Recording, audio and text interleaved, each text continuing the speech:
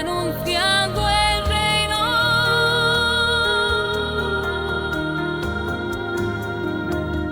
Cuando estén los fundamentos, cuando todo esté completo,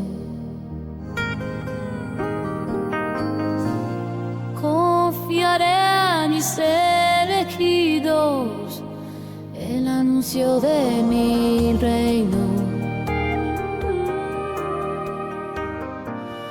Tu ministro y tu siervo, el Padre Robert Young, en comunión con la Iglesia, revelanos las verdades de tu fiat supremo.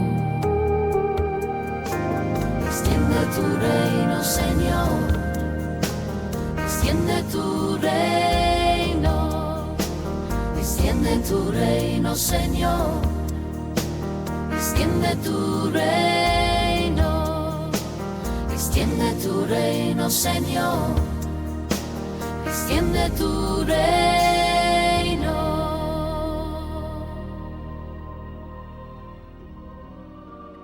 Hola queridos amigos y bienvenidos a todos a nuestro programa de hoy. Es un placer estar con ustedes esta tarde mientras continuamos nuestro estudio de la introducción.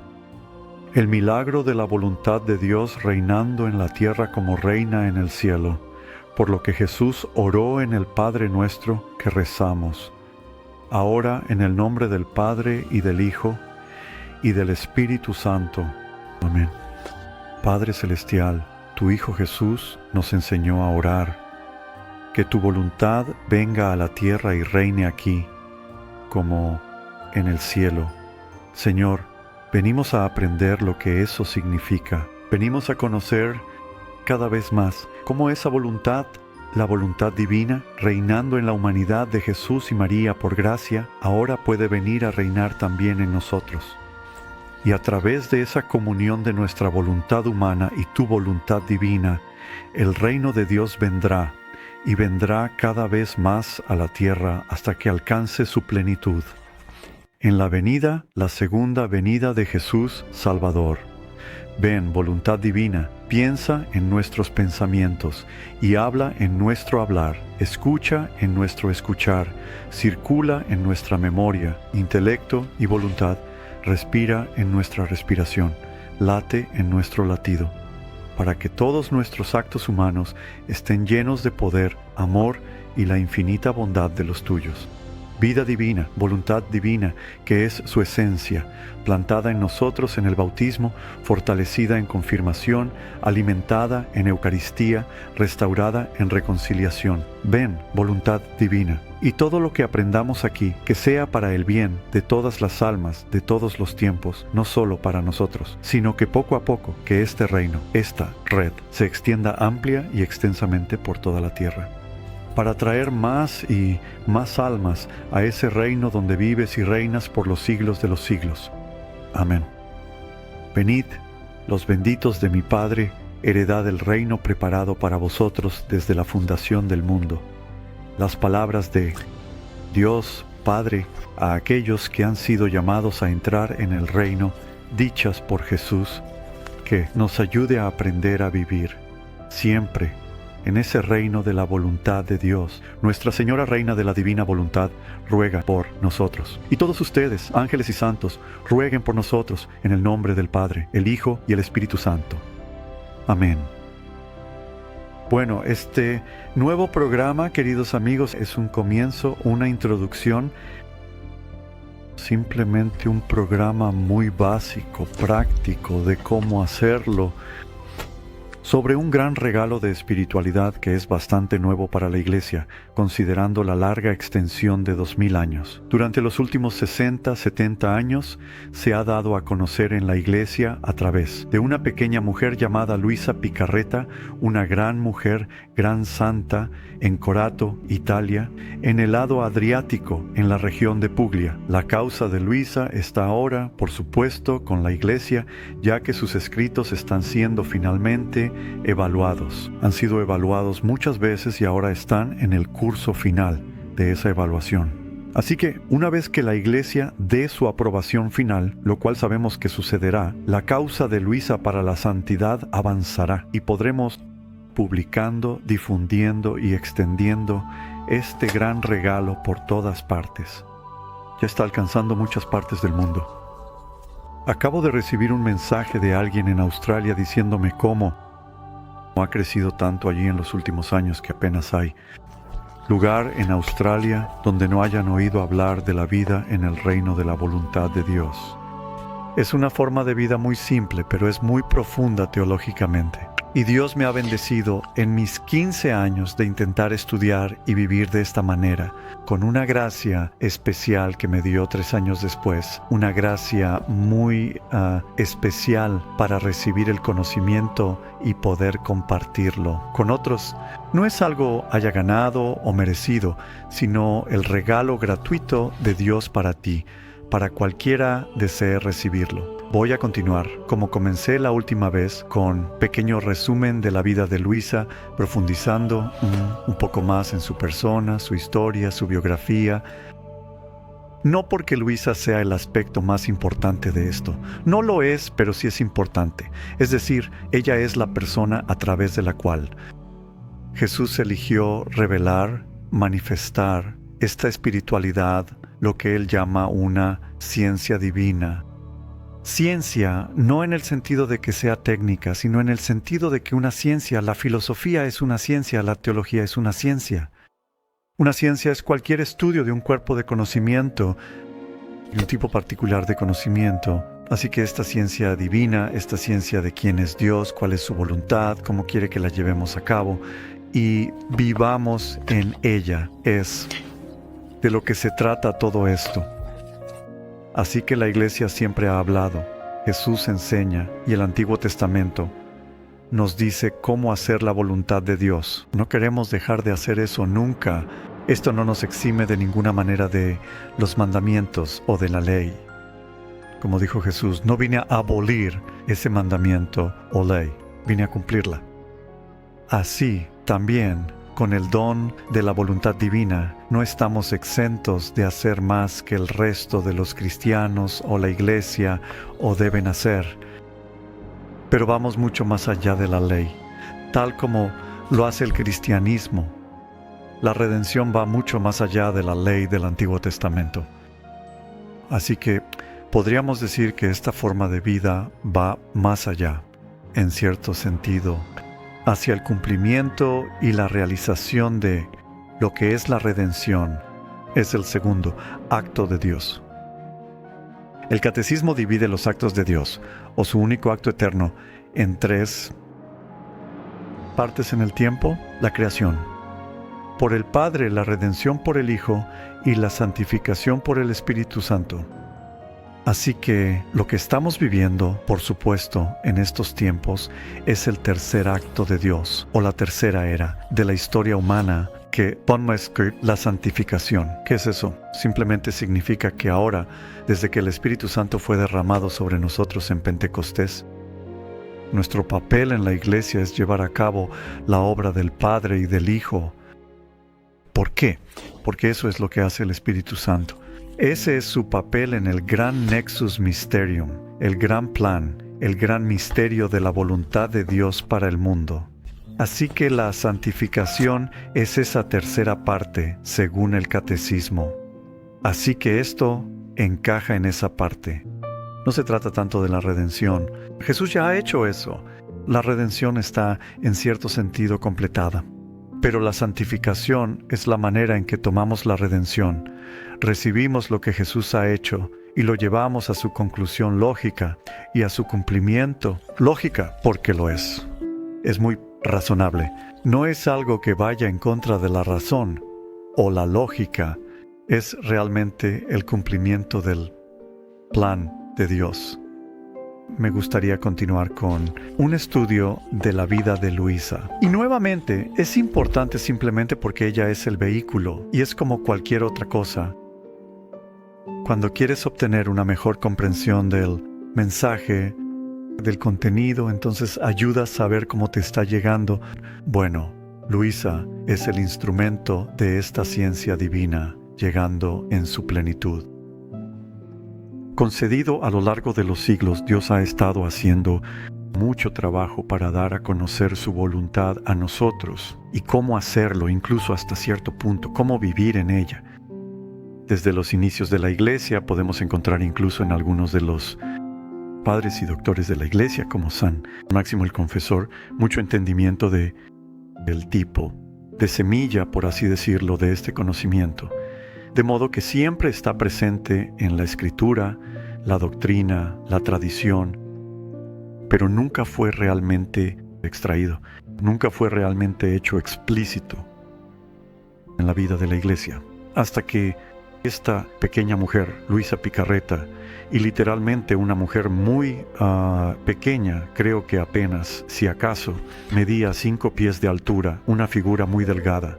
Y sin embargo, cuán grande es ella en la historia de la humanidad y en la historia de la Iglesia. Así que Luisa, como hablamos la última vez, era incluso de niña bastante perturbada. Era muy tímida, tenía muchas pesadillas. El diablo siempre estaba tras ella.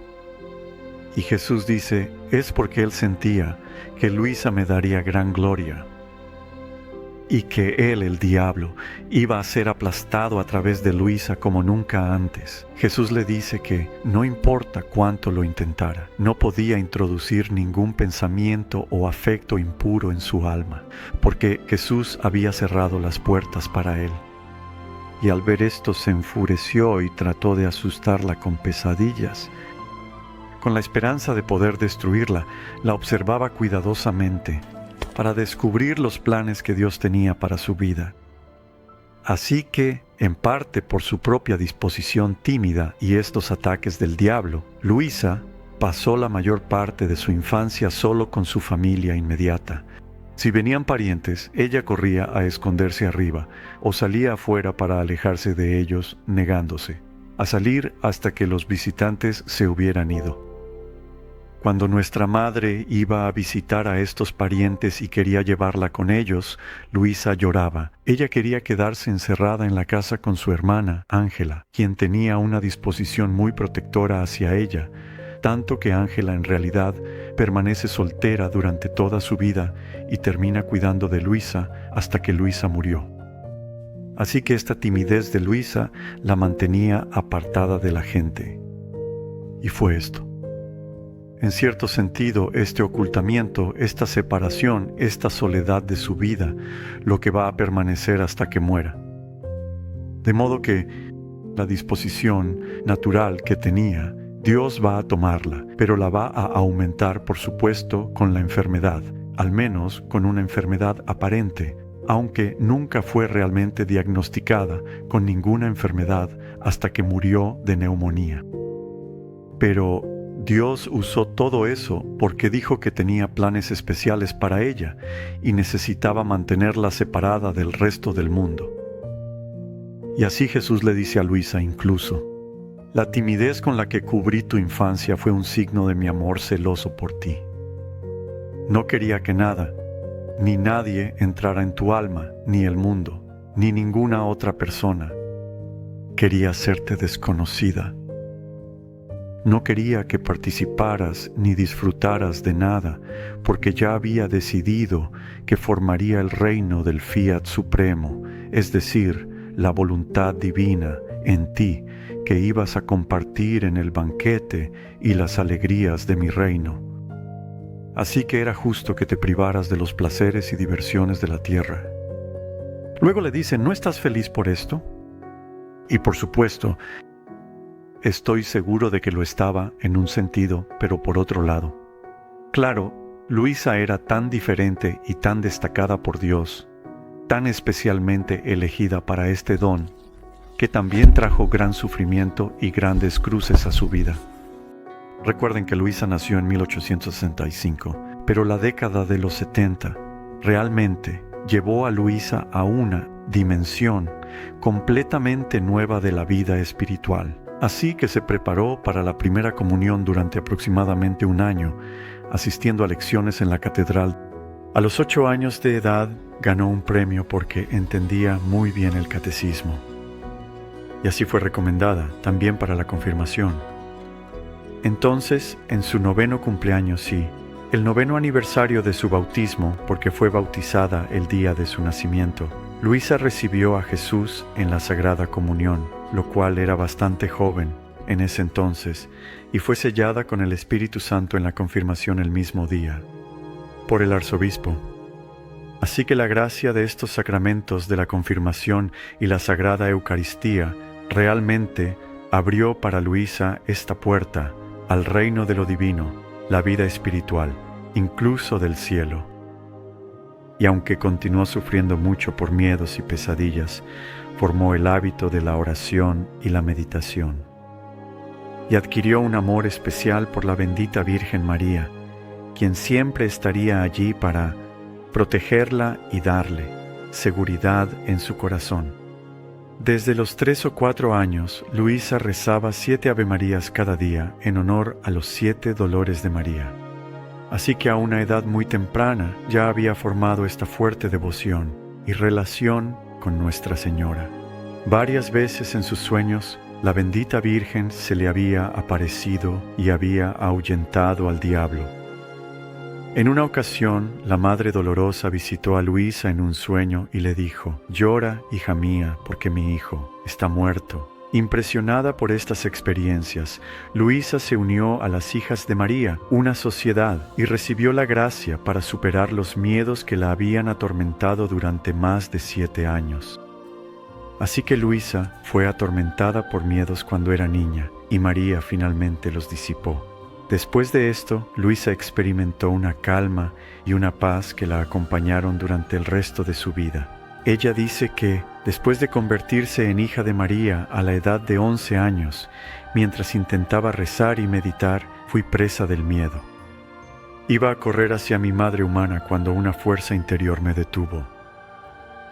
Entonces una voz en lo profundo de mi alma me dijo: «¿Por qué tienes miedo? Tu ángel está a tu lado, Jesús. Está en tu corazón y la Madre Celestial te tiene bajo su manto. Entonces, ¿de qué tienes miedo? ¿Quién es más fuerte, tu ángel de la guarda, tu Jesús y tu Madre Celestial, o el enemigo infernal? Así que no te vayas, quédate aquí y reza y no tengas miedo». Así, a esa joven edad de 11 años, Luisa aprendió a recibir de Dios esta gran lección, a recurrir a Él en lugar de a personas humanas, incluso a sus propios padres, para protección y apoyo en sus miedos. Aprendió a encontrar su seguridad, su protección y su paz en Dios. Esto, escribe más tarde, esta experiencia interior me trajo tanta fuerza, valor y firmeza que mis miedos se disolvieron completamente. Desde ese día, cada vez que el miedo me oprimía, escuchaba la voz repetir las mismas palabras dentro de mí. Sentía la mano de mi ángel de la guarda, de mi soberana reina, que es María, y de mi dulce Jesús. Así que Jesús le está enseñando ahora cómo superar sus miedos, y también comenzó a hablar directamente y a dirigirla a Él mismo en la vida espiritual. Durante el día, Jesús solía hablar con Luisa. Por supuesto, llamamos a esto en la iglesia locuciones, de la palabra latina para hablar que Luisa, y para escuchar Luisa escucharía esta voz, hablándole especialmente después de la Sagrada Comunión, enseñándole cómo hacer todos sus deberes en unión con Él. Cada vez más su vida se centraba en el Santísimo Sacramento, a veces rezando durante horas después de la Sagrada Comunión. Así que esto, por supuesto, marca la vida de casi todos los santos que puedas imaginar, es que su vida a menudo está centrada en la Eucaristía como el corazón de su vida espiritual. ¿Por qué? Porque Jesús está presente allí plenamente y luego viene a entregarse completamente a nosotros cuando recibimos la Sagrada Comunión. Así que Luisa recibió estas palabras, esta voz de Jesús a lo largo de su vida. Lo que son sus escritos principalmente es el registro, grabaciones, la escritura, el diario de lo que Jesús le dice a ella, o en un libro, Nuestra Bendita Madre, en otro libro llamado La Virgen María y el Reino de la Divina Voluntad, que fue escrito más tarde en su vida, y lo que es una meditación para cada día del mes de mayo. Cuando María venía, se sentaba en su cama y le daba una lección para cada día, contándole a Luisa sobre todos los eventos, los misterios de su propia vida, y ayudando a Luisa a entender este don de vivir en la divina voluntad a través de la forma en que María la vivió en su vida y cómo Dios le dio este don de vida perfectamente, porque María nunca tuvo siquiera el pecado original y mucho menos cualquier otro pecado. Lo aprendemos con dificultad. Plan que Dios ha proporcionado ahora a través de Luisa y a través del conocimiento que nos ha dado mediante sus escritos. Entonces Luisa, durante 40 años, escribió bajo santa obediencia su diario, su registro de cómo Jesús se comunicaba con ella, este gran amor y este gran don. Jesús continúa guiando a Luisa a lo largo de su vida, ayudándola, porque ella está oculta. Es una reclusa, en cierto sentido, no por elección, sino por diseño de Dios. En su pequeña habitación, su vida oculta en soledad, teniendo a su hermana y a otras mujeres santas y piadosas que venían a ayudar con las tareas diarias. Y el sacerdote. Se suponía que debía venir todos los días, pero no siempre aparecía, pero estaba allí, enviado por 2 papas para la misa y bendecirla. Pero Jesús le dijo a Luisa: hija mía, tu vida debe estar oculta con nosotros en la casa de Nazaret. Si trabajas, si rezas, si comes, si caminas, debes dar una mano a mí, la otra a nuestra Madre, y mirar a San José, para ver si tus actos son como los nuestros. Escucharemos muy a menudo, queridos amigos, esta comparación de la vida y la divina voluntad, o su arraigo, en realidad, en el reino de la voluntad de Dios como reinó, en la Sagrada Familia. Y Jesús dice que reinó con toda su fuerza allí. Quizás no pudo reinar perfectamente en San José, ya que nació con el pecado original, pero vivió de los reflejos de la divina voluntad, reinando perfectamente en María y Jesús. Así que incluso a San José estaba en medio de este reino de la voluntad de Dios, con toda su fuerza allí, la pequeña casa de Nazaret. Así que Jesús utiliza, mientras le explica a Luisa cómo era esa vida con los 3 y cómo ahora ella está llamada a vivirla de la misma manera. Por supuesto, no hace 2000 años como lo hicieron ellos, sino ahora en su propia vida interiormente, uniéndose, fusionándose, imitando esa vida de la Sagrada Familia. Entonces Él dice, entonces podrás decir: hago un modelo de que Jesús, mi Madre Celestial, y San José hacen. Lo copio. Y quiero repetir mi vida oculta en la tuya, según el modelo que has hecho. En ti quiero encontrar las obras de mi Madre y San José, así como mis propias obras. Esto es lo que Jesús le está diciendo a Luisa, cómo quiere modelar en ella.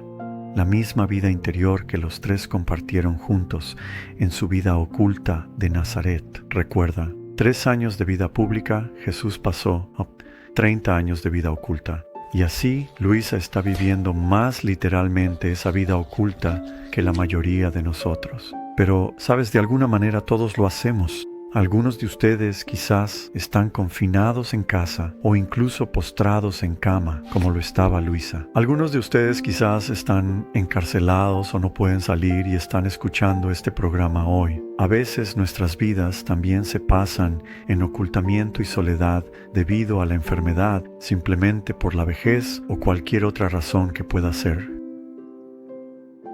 Y creo que Dios quiere que todos veamos un propósito en eso. No es solo una cruz. Tiene un significado hermoso y sagrado para nosotros si podemos comprenderlo, si podemos reclamarlo a través de su voluntad divina.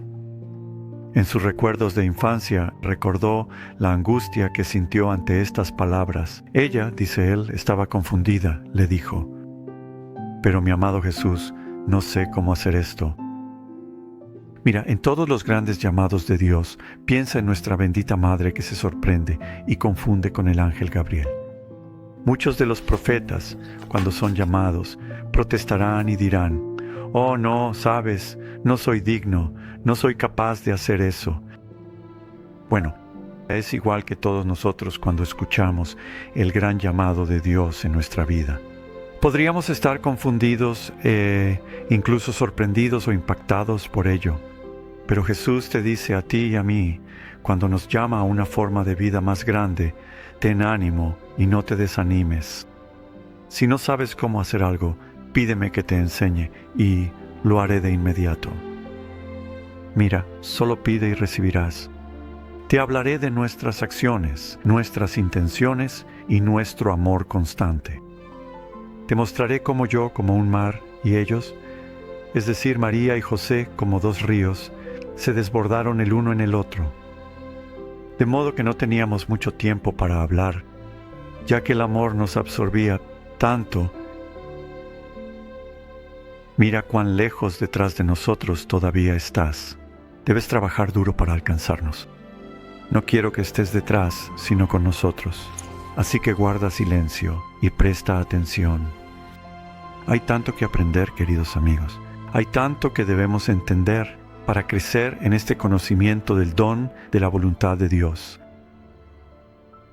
Así que Luisa continúa en su adolescencia, sus años de juventud, creciendo en este conocimiento de la voluntad de Dios para ella.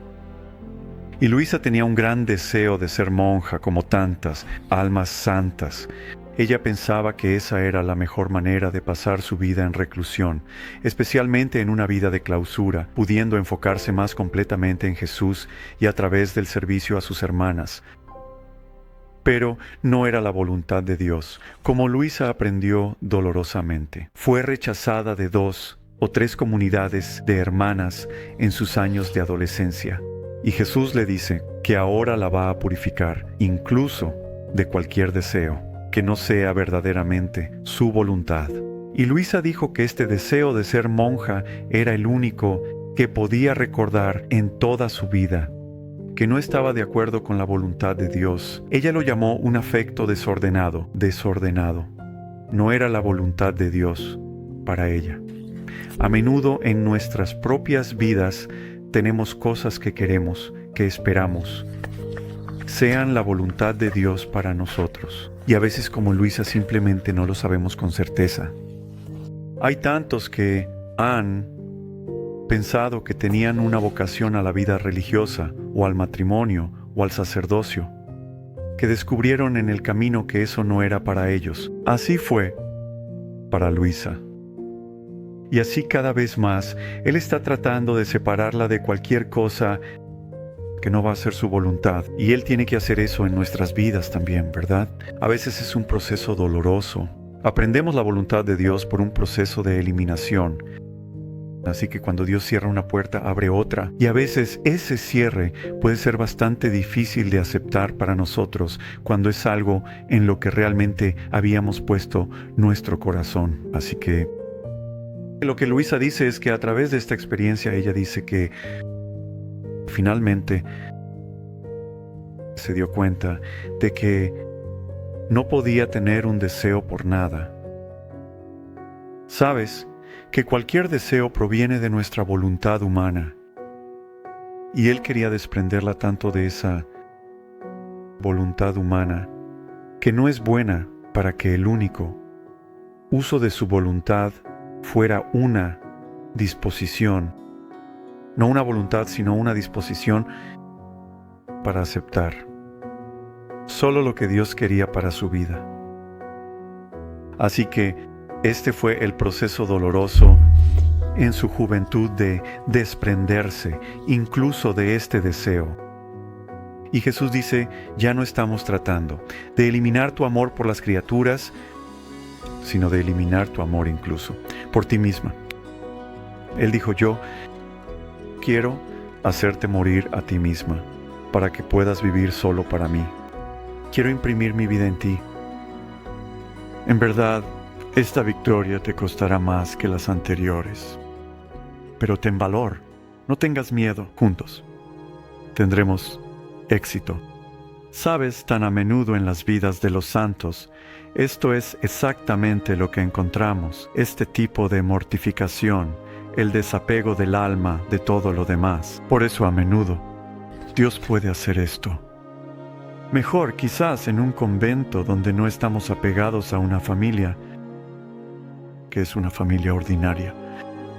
La vida religiosa es una especie de familia, pero no tenemos nuestro propio cónyuge o hijos, y así Dios tiene un poco más de libertad para actuar en nuestras vidas sin ningún apego en absoluto. Después de todo, ¿cómo puedes estar totalmente desapegado de tu familia? Eso es algo muy difícil de hacer. Así que Luisa pasa su vida de esta manera y gradualmente se encuentra cada vez más apartada, más solitaria y al mismo tiempo más y más cerca de Jesús, esta unión cada vez más profunda con Él. Así que finalmente, un día en su adolescencia tardía, está barriendo el piso en la casa. Todavía no está confinada a la cama. Empieza a sentirse débil. Sale al pequeño balcón. Estaban en el segundo piso, allí en su apartamento. Y sale al balcón y en la calle tiene una visión de un hombre siendo llevado por una gran multitud de personas cargando la cruz. Y está sufriendo terriblemente mientras lo empujan y se burlan de él. Y lo persiguen. Y él mira hacia Luisa de pie en el balcón y le dice, Alma, ayúdame. Solo esas 3 palabras anima, aiutami, en italiano, alma, ayúdame. Luisa casi se desmaya. Y desde ese momento comienza a tener esta mayor identificación con el sufrimiento de Jesús. Ella dice, con estas palabras, Jesús encendió un fuego de amor por el dulce sufrimiento en mí que me dolía menos sufrir que estar sin Él. Vamos a ver esto a lo largo de su vida. De lo que Luisa se queja tan a menudo es que Jesús no le permite sufrir, lo que para ella significa que Él no la está acercando a Él, porque es su sufrimiento lo que ella siente como la unión más íntima con Él. Ella dice, este fuego que Él encendió en mí nunca se ha apagado. En la Sagrada Comunión no pido nada más ardientemente que sufrir sus dolores. A veces Él me escuchaba tomar una de las espinas de su corona y clavarla en mi corazón. Con menos frecuencia, Él tomaba los clavos de sus manos y pies y me perforaba, haciéndome sentir dolores horrendos, pero nunca tan grandes como los suyos. En otras ocasiones, Jesús parecía tomar mi corazón en sus manos y apretarlo tan fuerte que el dolor me hacía desmayar. Por miedo a que mi familia se diera cuenta, le rogaba, diciendo, Jesús, ten piedad de mí, permíteme sufrir, pero oculta mi sufrimiento de los demás. Por un tiempo, Él concedió mi petición, pero debido a mis pecados. Mis sufrimientos más tarde salieron a la luz, así que Luisa, por supuesto, siempre atribuirá todo a sus pecados, aunque ciertamente no tenía pecados graves, y solo, ya sabes, muy leves imperfecciones humanas y debilidades. Ella dice que, excepto por la enfermedad ocasional provocada por su anhelo de la Santa Comunión o sus meditaciones sobre la Pasión, la salud de Luisa había sido bastante buena hasta este punto. Por un tiempo después de su visión de Jesús cargando la cruz, incluso sus sufrimientos místicos ocurrieron sin afectar su apariencia exterior. Pero a medida que se acercaba más al crucificado, mientras subía al monte Calvario, Jesús la preparó para sufrimientos nuevos y mayores. Así que le dijo a Luisa que sus sufrimientos, si iban a ser como los suyos, él dijo también tenían que ser conocidos por otros. Porque así fue como Jesús sufrió. Su pasión fue a través de esa humillación del sufrimiento a manos de otros y públicamente en su presencia. Así que le dice a Luisa, esto va a empezar a sucederte a ti. Y esto, por supuesto, va a añadir toda una dimensión, como puedes imaginar, a lo que ella sufrió. Él también comenzó a retirarse cada vez más de su presencia. Ahora recuerda, durante estos primeros años de su vida como joven, está a punto de entrar en la adultez. Ahora, Jesús era muy íntimo con Luisa. Y como dice en las horas de la pasión, cuando quita esa intimidad de un alma que se acostumbra a ella y depende de ella, dice, es un infierno viviente. No hay nada, ningún sufrimiento mayor que una persona pueda soportar cuando has tenido intimidad con Cristo, que tener esa intimidad, o al menos la sensación de esa intimidad. Ella dice, ahora me encontré completamente sola. Sentí como si mi vida hubiera llegado a su fin. Ya que Jesús había sido mi todo, no tenía nada sin Él. Ella dice, parecía como si las criaturas me molestaran una y otra vez, diciendo, somos la obra de las manos de tu amor, pero ¿dónde está Él? Así que Luisa vería la creación de Dios, pero Dios no estaba presente. Ella ya no lo experimentaba. Quizás una de las cosas más asombrosas de esto es que esto es lo que la mayoría de las personas espirituales experimentarían más tarde en la vida, en la mediana edad o incluso más tarde.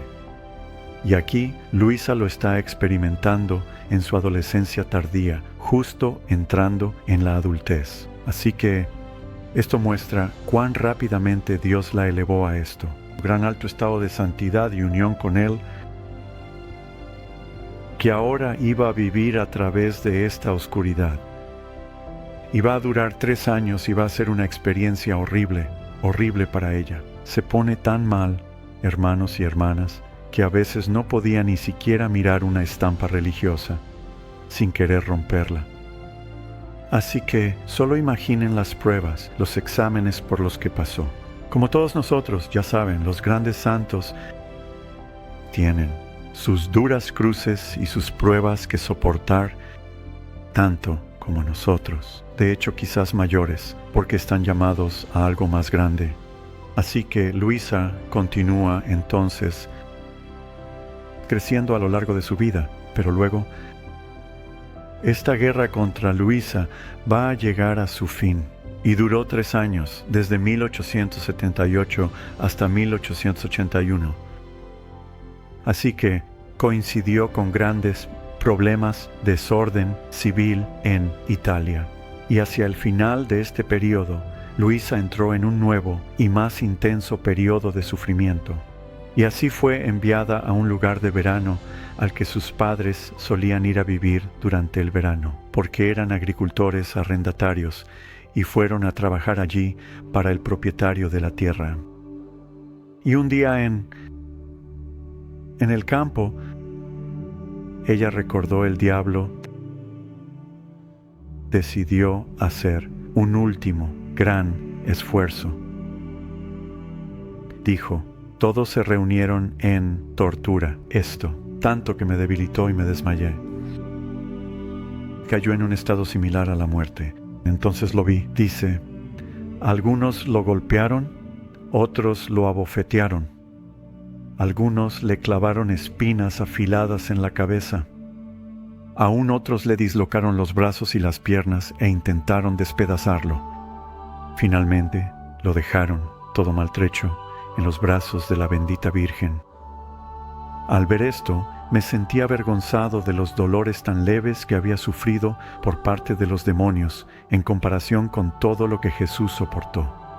Y entonces Jesús dijo, ¿has visto, hijo mío, los grandes pecados cometidos contra mí por aquellos que siguen el camino del mal? Sin darse cuenta, muchas almas se deslizan hacia el mal y caen de abismo en abismo. Ven conmigo ahora y ofrécete a la justicia divina como víctima de reparación por las muchas ofensas cometidas contra ella. Entonces, mi Padre puede conceder la gracia de la conversión por los pecadores. Él dijo: quiero que sepas que 2 campos se presentan ante ti, uno de más y otro de menos sufrimiento. Si rechazas el primero, no podrás disfrutar de todas las gracias por las que luchaste tan valientemente. Pero si aceptas, ya no te dejaré solo. Vendré a ti para sufrir todas las ofensas cometidas contra mí por la humanidad. Esta es una gracia concedida a pocos, ya que la mayoría de las almas se niegan a entrar en el campo central del sufrimiento. Pero te daré la ayuda, guía y consuelo de mi Santísima Madre, a quien se le ha otorgado el privilegio de concederte cualquier gracia, incluso la gracia de todas las gracias, según la medida de tu generosidad. Entonces, a Luisa se le da la opción de elegir una vida de mayor sufrimiento o menor sufrimiento. Va a ser sufrimiento de cualquier manera, pero Él le da esta opción y ella elige, por supuesto, el mayor de todos los sufrimientos. Y en este momento, acepta la vocación de ser un alma víctima. Como dice Jesús, te está invitando a Luisa a ofrecerse a la justicia divina como víctima de reparación. Verás, esta es una vocación muy especial y privilegiada en la Iglesia. No se concede a todos. Ha habido algunas almas víctimas muy conocidas en la Iglesia. Quizás la más conocida en nuestros tiempos modernos es ahora San Padre Pío, quien sufrió el estigma de llevar las heridas de Jesús en sus manos y pies durante 60 años. Y por supuesto su gran patrón y fundador, San Francisco de Asís, también fue un alma víctima.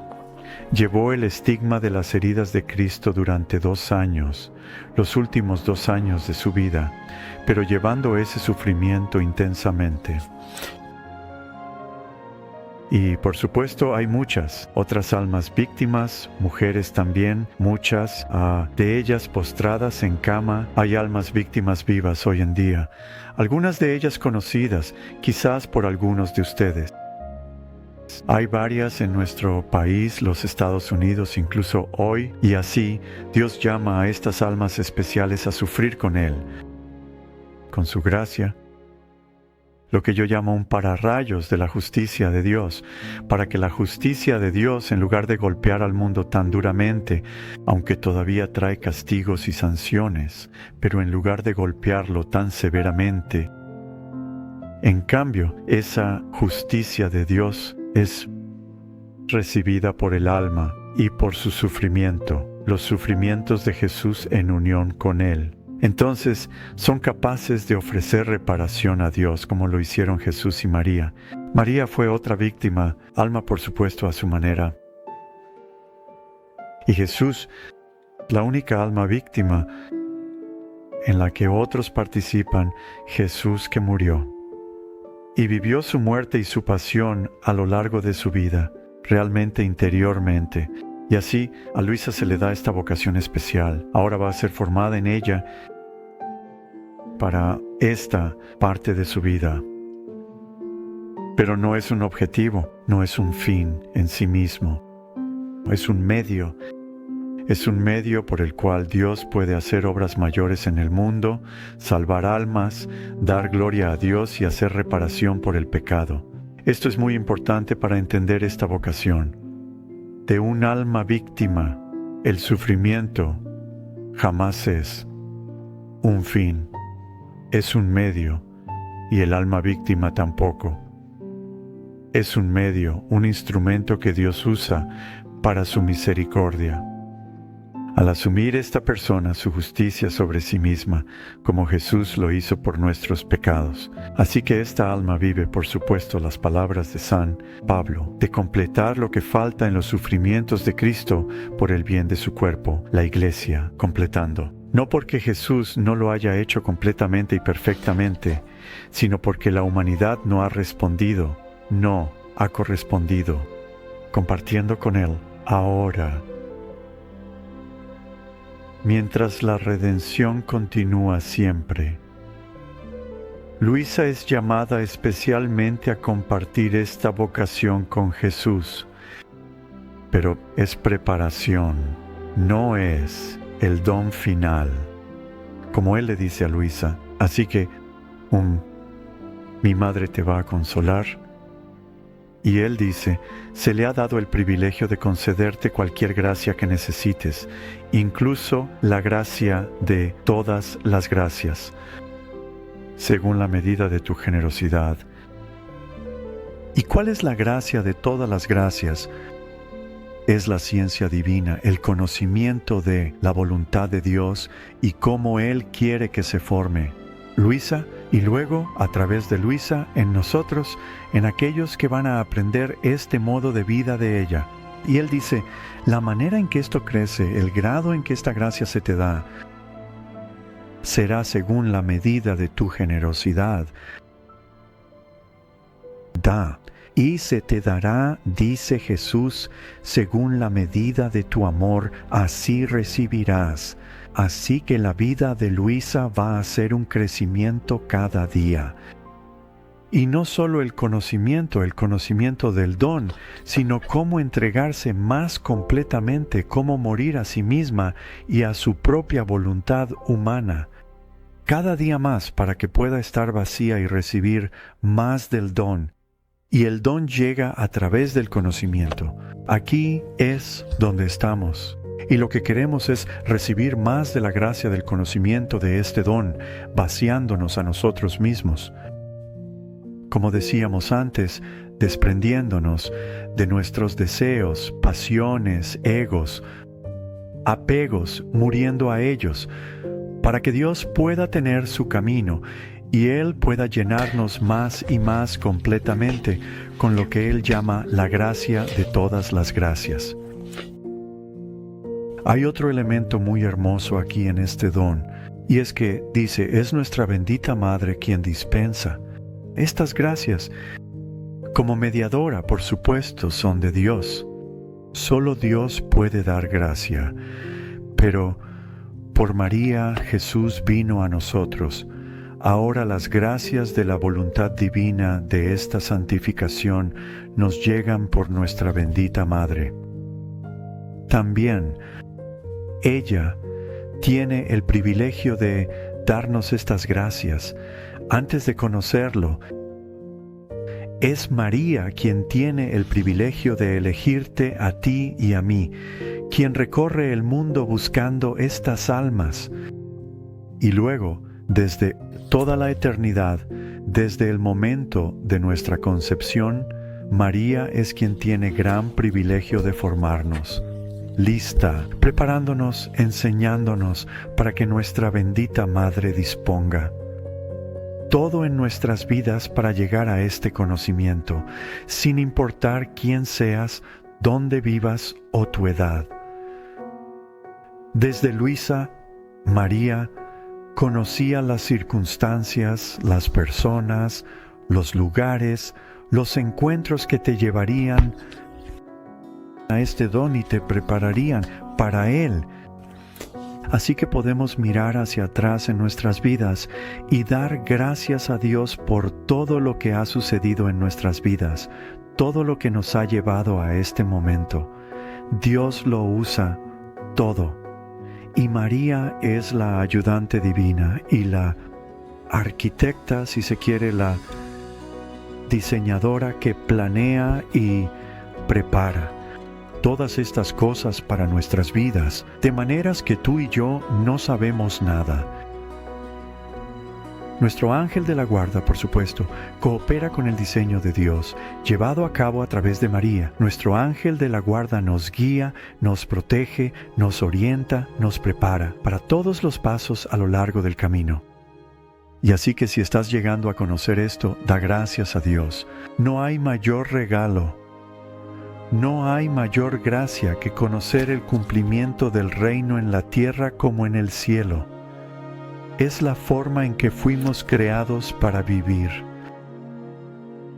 Es lo que Jesús y María vivieron. Es ahora lo que Él quiere que sepamos y lleguemos a vivir nosotros mismos. Bueno, con eso, espero que eso te tiente un poco a quedarte con nosotros y seguir aprendiendo aquí. Soy el Padre Robert Young, Introducción a Divina Voluntad. Gracias de nuevo por estar con nosotros, hermanos y hermanas. Que Dios te bendiga y te mantenga siempre, en el reino de su voluntad, el Padre, el Hijo y el Espíritu Santo. Amén.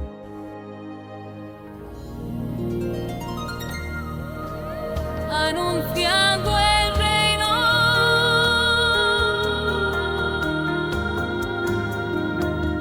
cuando estén los fundamentos, cuando todo esté completo,